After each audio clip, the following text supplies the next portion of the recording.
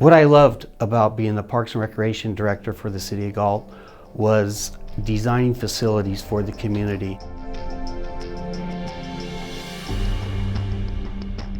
When I learned that I was going to be losing my job, I was devastated to be treated like the way I was treated with 25 years of dedicated service for the City of Galt. It had a major impact on myself and my family.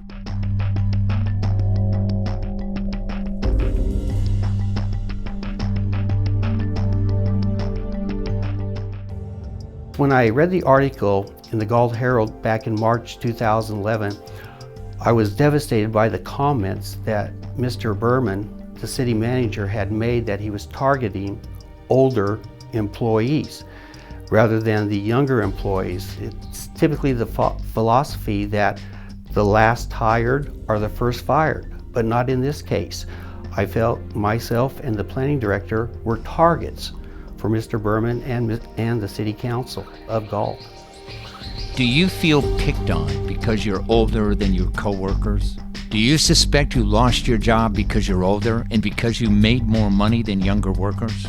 Age discrimination is a common complaint. A recent survey for AARP reported 64% of respondents thought that people older than 50 face age discrimination in the workplace. Some 34% said they had either personally faced age discrimination in the last 4 years or they know someone who has. The impact of age discrimination is more than just financial. Older workers who think they are discriminated against are always so angry and hurt. Their personal identity is tied up in their jobs. But feeling like a victim of age discrimination and being able to prove it are two very different things. Proving age discrimination has never been easy, but in 2009, a U.S. Supreme Court ruling made it even more difficult. In the 2009 Gross versus FBL Financial Services case, the court changed the rules. Supreme Court Justice Clarence Thomas, a former Monsanto corporate lawyer, wrote in the majority decision that the employer doesn't have to show it would have taken action, regardless of age, even when an employee has evidence that age was a motivating factor in that decision. New legislation that would change burden of proof and causation standards for a number of employment discrimination claims was reintroduced in the House and Senate in July 2013. The Protecting Older Workers Against Discrimination Act would overturn two Supreme Court decisions that toughened the burdens of proof for employees bringing discrimination claims under the Age Discrimination in Employment Act or advancing retaliation claims under Title VII of the Civil Rights Act. In reversing Gross, the Protecting Older Workers Against Discrimination Act would establish that when an employee shows discrimination was a motivating factor behind a decision, the burden shifts back to the employer to show it complied with the law.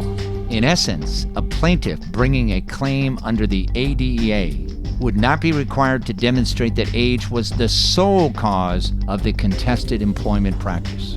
In a more recent Supreme Court decision, University of Texas Southwestern Medical Center versus Nassar, the court held that Title VII retaliation claims must be proved using a but-for causation standard as well. Under the standard of causation adopted in Nassar, a claimant must prove that the unlawful retaliation would not have occurred in the absence of the alleged wrongful action or actions of the employer.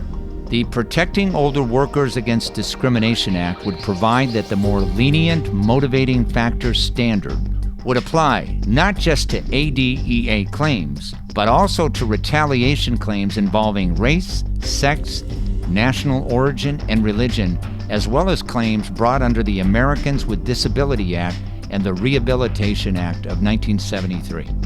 In a press release, Senator Patrick Leahy, one of the Senate bill's co-sponsors, said, "The Supreme Court's divisive holding in Gross has created uncertainty in our civil rights laws, making it incumbent on Congress to clarify our intent and the statutory protections that all hardworking Americans deserve.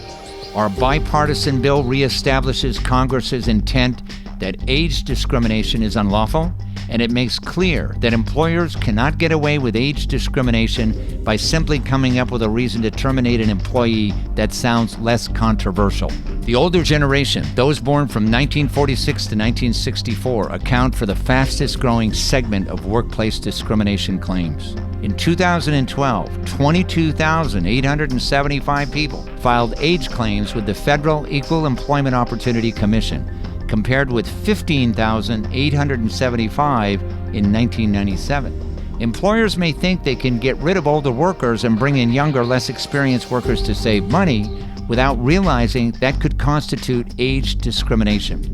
Today, the Insider exclusive investigative news team goes behind the headlines in You're Old and You're Fired, Boyce Jeffries' story, to examine how Lawrence Bohm, founder at the Bohm Law Group, and Bianca Saad, one of the Bohm Law Group's associate trial attorneys, are pursuing justice for their client Boyce Jeffries against the city of Galt, California, in an age discrimination case to get justice for Boyce and to send a message to the public that older, more experienced employees and members of society should be valued and respected and not simply discarded like yesterday's trash. Lawrence Bohm and Bianca Saad have earned the highest respect from citizens and lawyers alike as some of the best trial lawyers in Sacramento, in California, and across the United States. Lawrence recently won a landmark $168 million verdict for his client Ani Shaporian in a sexual harassment and retaliation case. His firm's goals are not only to get justice for his clients,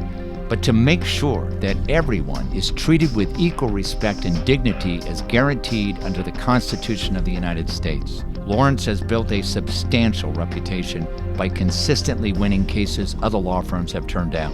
His amazing courtroom skills and headline-grabbing success rate continue to provide his clients with the results they need and the results they deserve. This is the Insider Exclusive, live from Sacramento, California.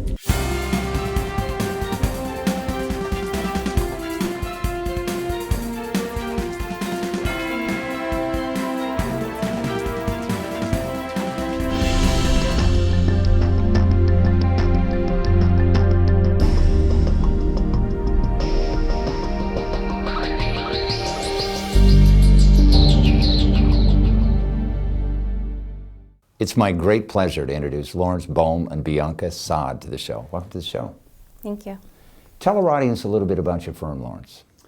We are a Sacramento-based firm that represents the people of the state of California in their cases and claims against companies and entities that have treated them badly or injured them through negligence.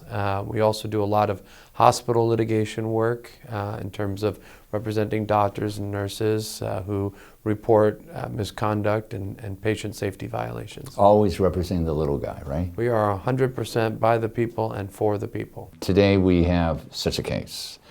It is the case of Boyce Jeffries. It's an age discrimination and a wrongful termination case. Tell our audience a little bit about Boyce. What kind of guy is he? Boyce Jeffries is the father that every kid wished they had. He's the coach that every sports player wishes they had. He's the employee that every employer wishes they had. Somebody who cares more about the customers and the clients than the notions of profit and policy. He is a people person, and he is the perfect plaintiff for what I hope will be a case that tests whether justice is really suffering in this country or not. Bianca, what was his job? Boyce was the director of Parks and Recreation, and he was in that position for, 27 years. And in fact, when he first started working for the city of Galt, there was no Parks and Recreation department. He essentially built that department from the ground up and started off working part-time. There were no leagues, softball, soccer. Boyce created all of that, brought fabulous parks to the city of Galt. And in fact, for the city, the Parks and Recreation Department is now one of their crowned jewels that they boast, that sports and rec, Parks and Rec, that's what we do. This is what people do here in the community, and they love it. So Boyce was really just the touchstone of what the city of Galt is so proud of. So here we have a pillar in the community. He's dedicated his life, 27 years, to building up parks and recreation, City of Galt, right? And what happens to him? Well, under the guise of financial tough times, the city manager, Jason Berman, made it publicly known that there were going to be layoffs. What he didn't make publicly known is how he was going to go about selecting the layoffs. And what ended up happening was an interesting backroom meeting between the city manager and the reporters at the Galt Herald, where they were there actually complaining that the newspaper was asking unprofessional questions about this strange decision to lay off 3 people all over 50. And in that private meeting, Mr. Berman explained, he let the cat out of the bag. And in just a moment of rare genuineness and probably obtuseness, not knowing how incorrect what he was going to say was, he admitted to the press that in making the selection of who to be in the layoff, that he was targeting older workers in an effort to safeguard the jobs of younger workers who have young families. But he also said that these older workers were being paid more money than anybody else. Oh, that was a reason to target them. Yeah, and he brought up the fact that the city was in dire financial straits, which didn't exactly pan out. Well, maybe $250 million could be perceived by some as dire financial straits, but when your balance sheet shows that you're in the black to the tune of $250 million, that's a tough one to sell in court. I'm glad I don't have to sell that. Now, interestingly enough, the reporter, the newspaper, is it the Galt Herald? Yes. They actually reported on this meeting. They published those very same reasons, correct? They pulled the story from print to add in that letting the cat out of the bag statement. And never has the city required a retractment, have they? There has been no request for a retraction. And worse still, the city manager the next day called the reporter and congratulated them. And complimented her, saying only positive things about the story. What can be going through the city manager's mind when in the newspapers it actually verifies and corroborates that he's getting rid of these people because they're too old and they cost too much money? Well, to quote the reporter, this didn't seem to matter until the lawsuit started to come around the corner. Then all of a sudden, after Mr. Berman got a letter from my office indicating that an age discrimination lawsuit was about to come, he sent himself an email only to himself, explaining what he thought he meant when he was talking to the Galt Herald. But interestingly, didn't copy it on anybody in city council.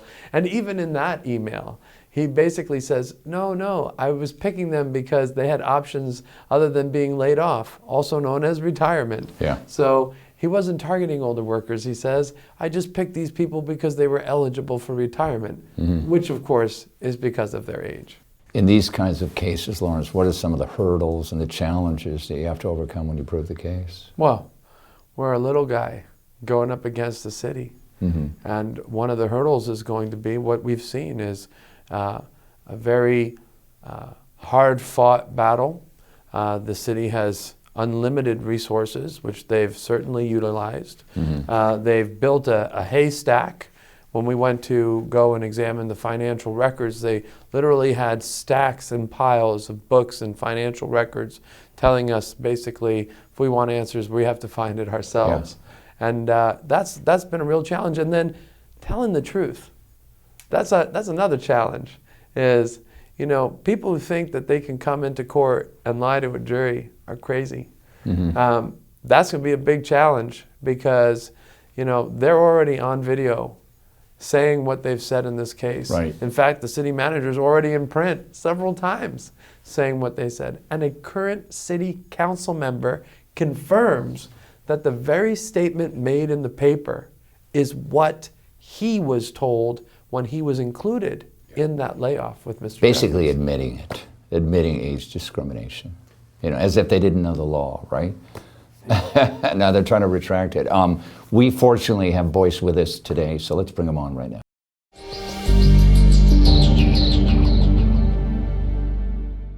It's my great pleasure to introduce Boyce Jeffries to the show. Welcome to the show, Boyce. Thank you, sir.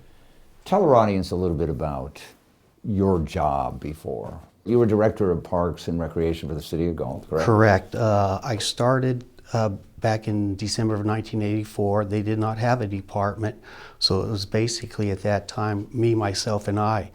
And worked there for over 25 years, built numerous parks and facilities, won an award for the Aquatic Center from Right. CPRS, the California Parks and Recreation Society.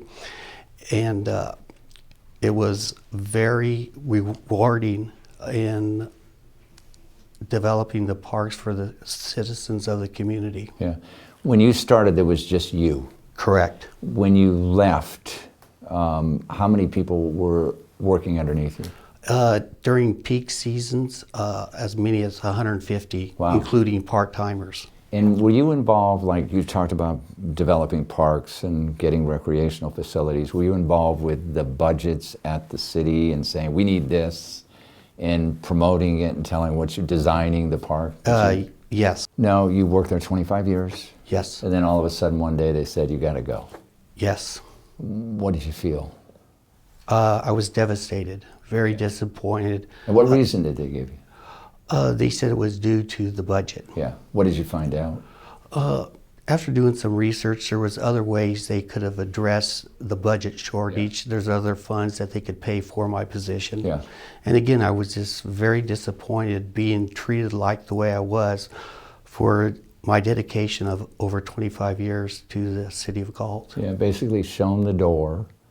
Now they've offered him another position. Is that correct, Lawrence? Well, there's been a sort of an offer. Yeah. He was But at supposed far to- less money. Far less money. He was making $127,000 a year approximately, with additional money for benefits. Yeah. Now it's a $40-something thousand job, but he should have started it 2 weeks ago. And now they're saying because the trial starts next Monday that they're not going to allow him to come back to work, but the city that's having hard financial trouble is going to, they say, pay him to be at the trial on an administrative leave. So he would start this new job on suspension. How has this impacted your personal life? It was devastating. Initially, I had to move from my 5-acre farm into the community. I have 2 adult children that were attending Sac State. So for financial reasons, I had to move to Elk Grove just to try to maintain my maintenance and operation of the family. Yeah, you had to sell your property, didn't you? Correct. Okay, and I'm sure, how long had you lived at that property? Over 8 years. 8 and I years. lost about $100,000. You're on national TV now. What do you have to say to other folks out there who may be experiencing a similar situation like yours? I would highly recommend that you take into consideration, look at the big picture, and is it really that bad as people say it is? Do your research in that as much as you can in that capacity. Well, I want to thank you very much for being on our show, and we wish you much success. Thank you very much.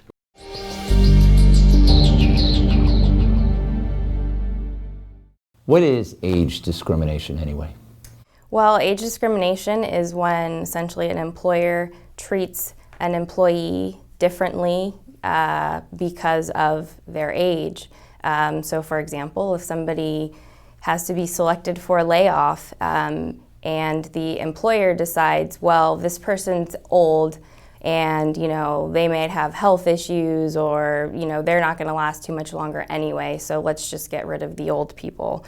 I mean, that's just your most obvious classic case of age discrimination. Lawrence, how do you prove age discrimination? You got to have comments. I mean, there are some attorneys who have been successful bringing what they call a statistical case, where you look at the entire workforce and you say, well, statistically, people over 40, which is the line of demarcation, unfortunately for me, I'm now a protected employee. But once you go over 40, Is 40? 40 is the line of demarcation, 40 and over. So if you're running around and you're doing things to people who are 40 or over, and it's bad, then you're likely looking at age discrimination. How do you prove it? Is, well, like in this case, a statement admitting that age was a factor, that you targeted older workers. Sometimes it's comments like, come on, old man, or comments about how it's time to retire or put you out to pasture. It's the most difficult case to prove and win, because most of the time the decision makers are also over 40. How do you select a client? What's your criteria? Well, first we talk to them, get an idea of what happened to them, their story. Assuming that the facts of the case are something that are appealing to us, and looking at the law, that this is a case we could pursue. We do look at other things. How does the client present? Are they honest?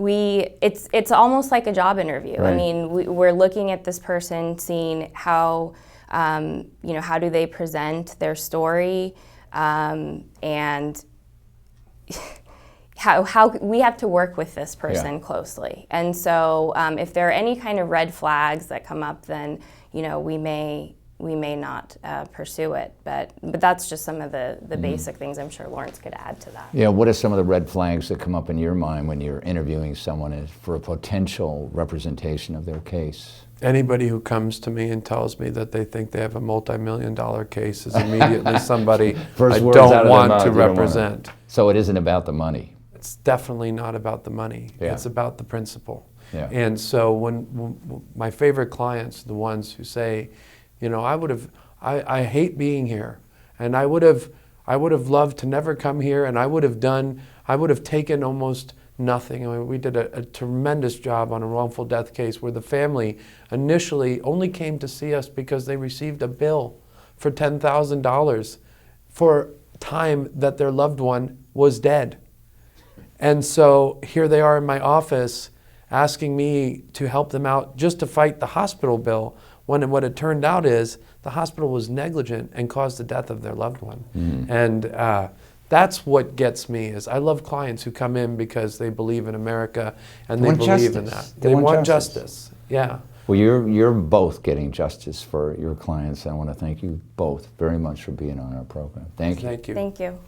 Thanks for joining us. You can get more information about our guest and the issues at insiderexclusive.com.